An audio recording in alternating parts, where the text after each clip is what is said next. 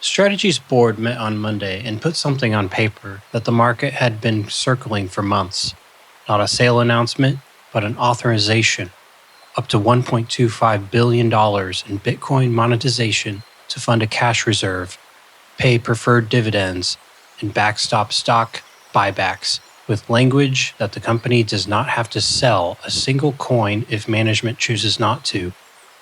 The largest public holder of Bitcoin on Earth now has a formal path to convert Treasury coins into dollars when the board thinks that beats diluting shareholders again. That is the tension. A company that spent years preaching accumulation just filed the plumbing for the opposite direction. Optional, capped by purpose, but real.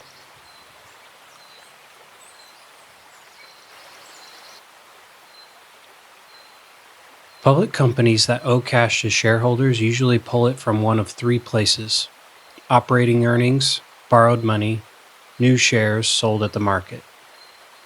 Bitcoin sitting on a balance sheet does not mail a quarterly coupon. It does not accrue interest. It just sits there, priced by the market, while the obligations around it keep their own calendar. That mismatch is old in corporate finance. Endowments and family offices have faced it for generations with art, land, and gold. Illiquid stores of value paired with liquid bills.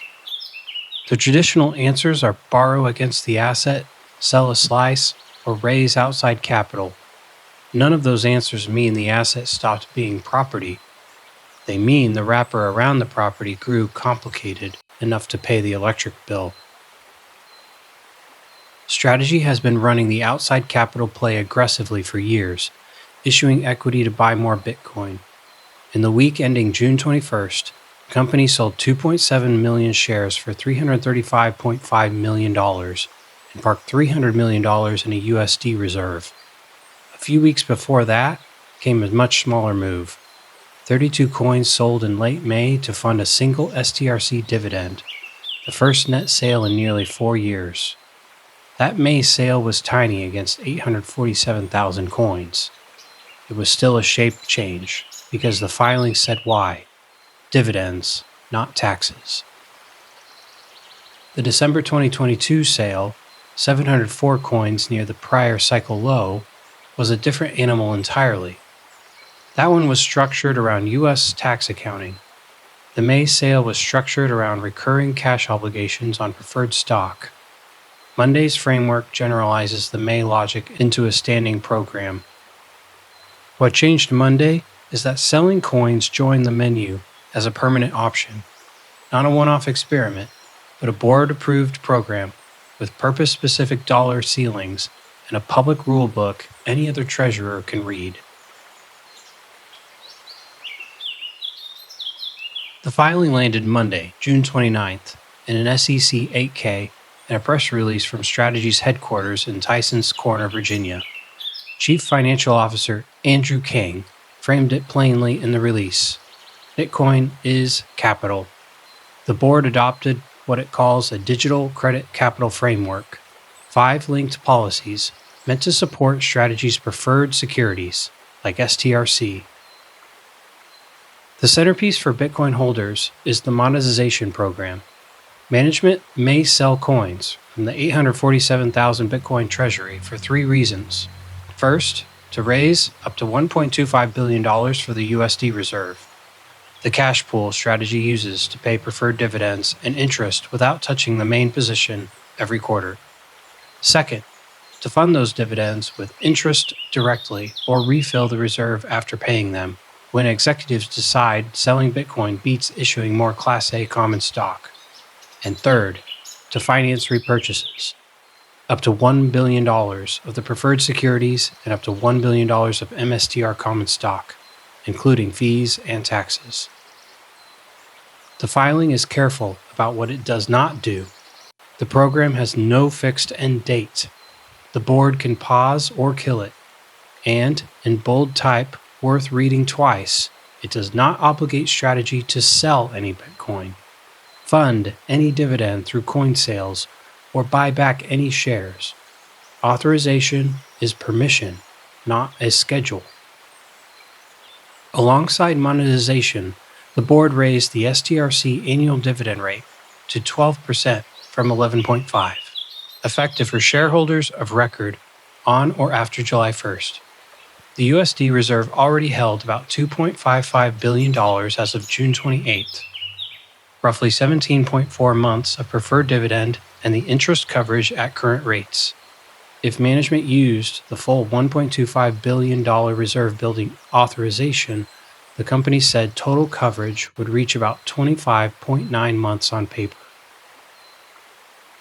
Chief Executive Fong Lei described the shift in a release it's moving from primarily issuing capital to actively managing the capital structure, issuance and repurchase in the same toolkit. Executive Chairman Michael Saylor posted the framework on X the same morning, framing it as strengthening credit while keeping Bitcoin as the primary Treasury reserve. The tone was continuity with optionality, not a fire sale. CoinDesk noted a procedural detail worth holding in its follow-up piece. The filing does not set $1,000 total cap on Bitcoin sales across every purpose. Instead, it authorizes monetization for specific uses, reserve building up to $1.25 billion, dividends, buybacks, and says anything outside those lanes needs another board vote. That is how regulated treasuries usually write permission: narrow purposes, explicit ceilings, escape hatches for the board. The market's first reaction came the same afternoon. MSTR shares rose about 3%. STRC preferred stock rose about 9%. Investors in the dividend stream apparently liked the higher coupon and the clearer funding path, even with monetization on the table.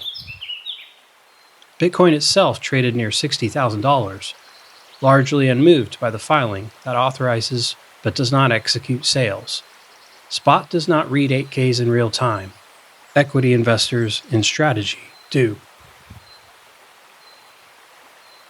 The long horizon read is structural, not a guess about Tuesday's price. Strategy has been running two engines in parallel for years: buy Bitcoin with raised capital and engineer cash flows for the preferred stock layered on top. Monday's framework names both engines in one document and adds coin sale engine as a permanent option alongside equity issuance. That is closer to an endowment model than a pure accumulator model. An endowment holds a principal pool and spends income, or occasionally principal, to fund missions. A pure accumulator treats the pool as untouchable and funds everything else from outside. Strategy's public posture with accumulator first for most of the cycle. The late May 32 coin sale cracked the door. The June equity raise widened the cash side. Monday's filing installs the hinge. For other corporate treasuries watching, the precedent is the filing itself. Any public company holding Bitcoin can now point to a regulated example of how to pair a large coin position with preferred dividends, a designated cash reserve, optional monetization, and repurchase authority, all disclosed in an 8K any analyst can pull. Whether they copy it is their choice. That the blueprint exists is the shift. The contrast with mining companies is useful here. A gold miner funds dividends partly by selling fresh production every quarter. The ore body stays in the ground until it is dug.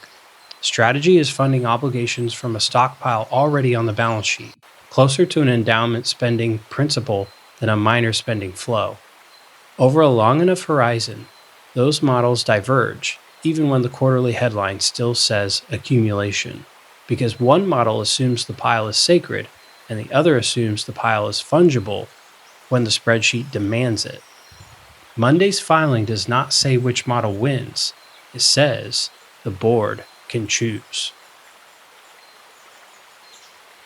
The exchange layer runs on board votes and prospectus language. The base layer runs on signatures.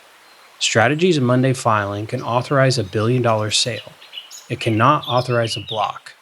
When coins move from Strategy's custody, they still need a valid spend on the wire.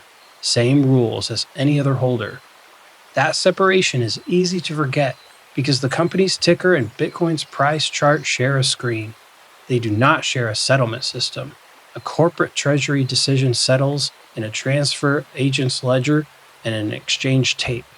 A Bitcoin spend settles when the mempool accepts it.